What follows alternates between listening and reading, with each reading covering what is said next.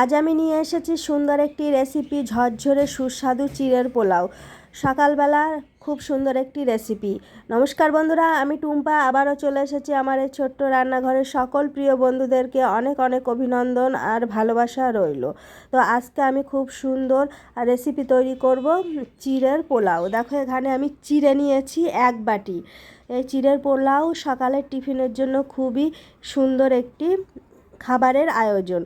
তো চলো এই রেসিপিটা কিভাবে রান্না করব আর আমি কি কি নিয়েছি তোমাদেরকে একটু দেখাই। এখানে আমি চিড়ে নিয়েছি, এখানে কাজু আর কিশমিশ নিয়েছি, তারপর আমি এখানে নিয়েছি একটা পেঁয়াজ কেটে নিয়েছি, এখানে আদা আর লঙ্কা কুচি করে নিয়েছি, একটা ছোট সাইজের একটা আলু নিয়েছি। তো এখন আমি এই রেসিপিটা কিভাবে তৈরি করব সমস্ত ভিডিওটা দেখুন, আমার সঙ্গে থাকুন।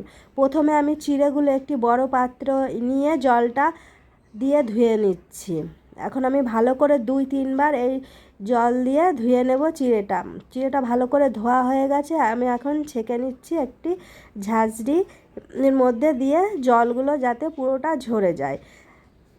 তারপর আমি এখানে পরিমাণ মতো লবণ দিলাম আর 1 চামচ চিনি দিয়ে দিলাম।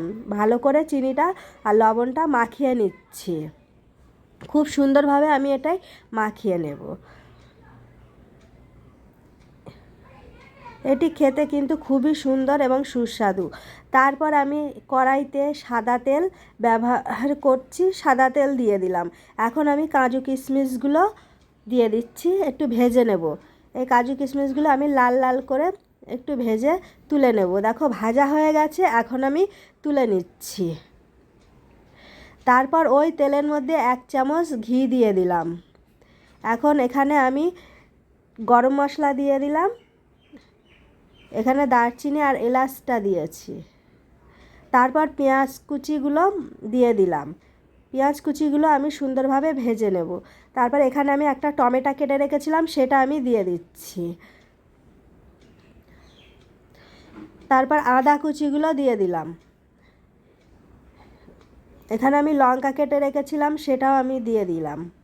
এখন সুন্দরভাবে ভাজা করে নিয়ে তারপরে আলুগুলো দিয়ে দিয়েছি।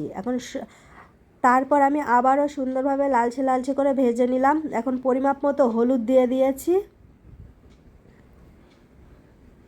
দেখো কত সুন্দরভাবে ভাজছি, আর আলুগুলো সিদ্ধ হয়ে গেছে। এখন আমি এই চিড়েগুলো মাখিয়ে রেখেছিলাম লবণ আর চিনি, এখন আমি হালকা হাতে সুন্দরভাবে এটি নাড়াচাড়া করে মিশিয়ে নেব।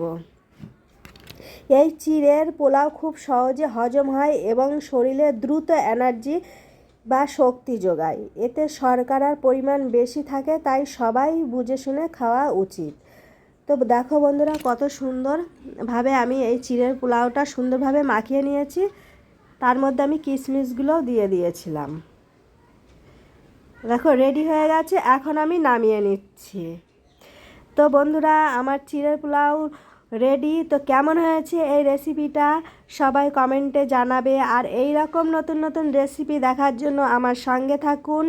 আবারও দেখা হবে অন্য কোনো ভিডিওতে অন্য কোনো রেসিপি নিয়ে। ততক্ষণ সবাই ভালো থাকবে, সুস্থ থাকবে। টাটা।